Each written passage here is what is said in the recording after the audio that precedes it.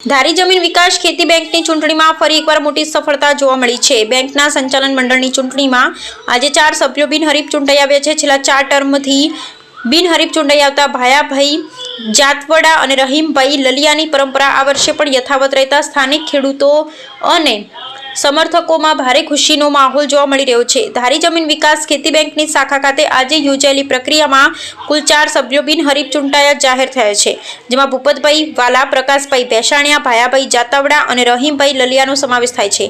ઉલ્લેખનીય છે કે ધારી શાખામાં છેલ્લા 4 ટર્મથી ભાયાભાઈ જાતવડા પ્રમુખ તરીકે અને રહીમભાઈ લલિયા ઉપપ્રમુખ તરીકે નિષ્ઠાપૂર્વક ફરજ બજાવી રહ્યા છે। આ વર્ષે પણ તમામ 4 બેઠકો બિનહરીફ થતા આજે બેંક પરિસરમાં મોં મીઠા કરાવી ખુશાલી વ્યક્ત કરવામાં આવી હતી અને ખેડૂતોમાં ભારે ઉત્સાહ જોવા મળ્યો હતો। અમારી ધારી ખેતી બેંક ની આખી બોડી સમરસ સેલ છે।